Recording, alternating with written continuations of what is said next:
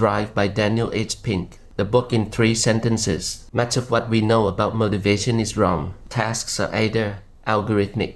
You pretty much do the same thing over and over in a certain way. Or heuristic.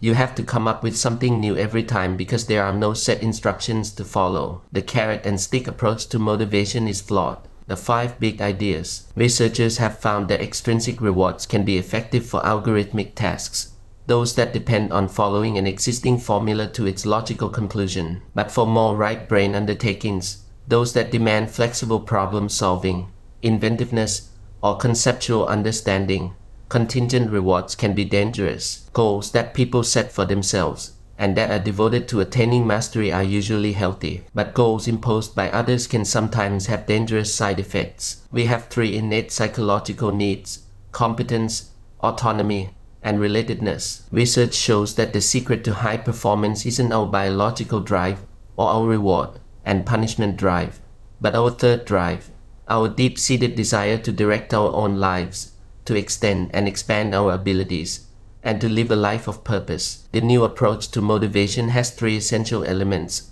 autonomy, the desire to direct our own lives; mastery, the urge to get better and better at something that matters; and purpose, the yearning to do what we do in the service of something larger than ourselves. Drive summary. When money is used as an external reward for some activity, the subjects lose intrinsic interest for the activity. Edward Desai. When children didn't expect a reward, receiving one had little impact on their intrinsic motivation. Only contingent rewards, if you do this, then you get that, had the negative effect. Why? If then rewards require people to forfeit some of their autonomy, people use rewards expecting to gain the benefit of increasing another person's motivation and behavior.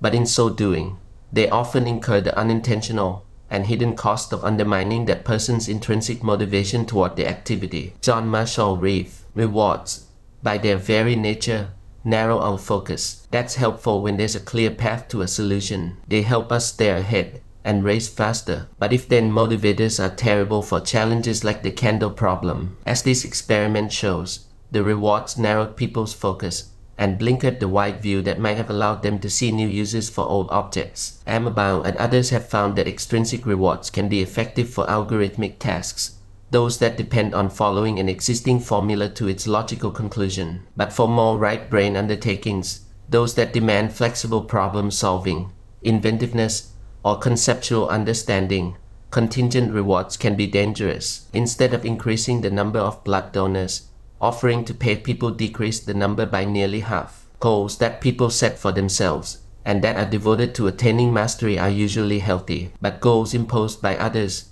sales targets, quarterly returns, standardized test scores, and so on, can sometimes have dangerous side effects. Goals may cause systematic problems for organizations due to narrowed focus, unethical behavior, increased risk-taking, decreased cooperation, and decreased intrinsic motivation. Use care when applying goals in your organization. Get people fired up with the prospect of rewards, and instead of making better decisions, as Motivation 2.0 hopes, they can actually make worse ones. The 7 deadly flaws of carrots and sticks. They can extinguish intrinsic motivation. They can diminish performance. They can crush creativity. They can crowd out good behavior. They can encourage cheating, shortcuts, and unethical behavior. They can become addictive. They can foster short-term thinking, the Sawyer effect, practices that can either turn play into work or turn work into play. The essential requirement: any extrinsic reward should be unexpected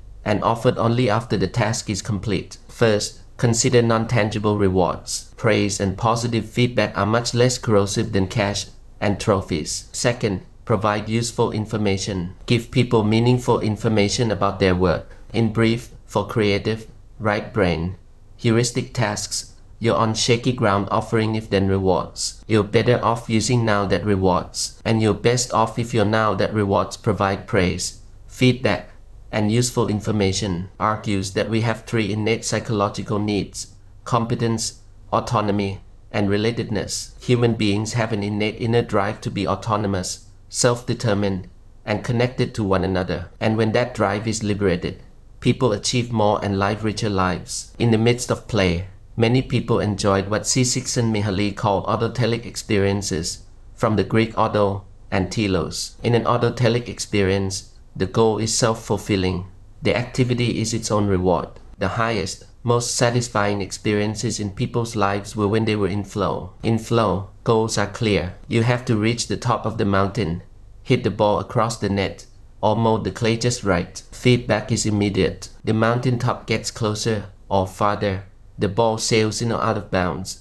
The putt you're throwing comes out smooth or uneven. Most important, in flow, the relationship between what a person had to do and what he could do was perfect. The challenge wasn't too easy, nor was it too difficult. It was a notch or two beyond his current abilities, which stretched the body and mind in a way that made the effort itself the most delicious reward. That balance produced a degree of focus and satisfaction that easily surpassed other, more quotidian experiences. In flow, people lived so deeply in the moment and felt so utterly in control that their sense of time, place, and even self melted away. They were autonomous, of course, but more than that, they were engaged. They were, as the poet W.H. Auden wrote, forgetting themselves in a function. The science shows that the secret to high performance isn't our biological drive or our reward and punishment drive, but our third drive, our deep-seated desire to direct our own lives, to extend and expand our abilities, and to live a life of purpose. At the end of each day, ask yourself whether you were better today than you were yesterday. One of the best ways to know whether you've mastered something is to try to teach it. The new approach to motivation has three essential elements: autonomy, the desire to direct our own lives; mastery, the urge to get better and better at something that matters; and purpose, the yearning to do what we do in the service of something larger than ourselves.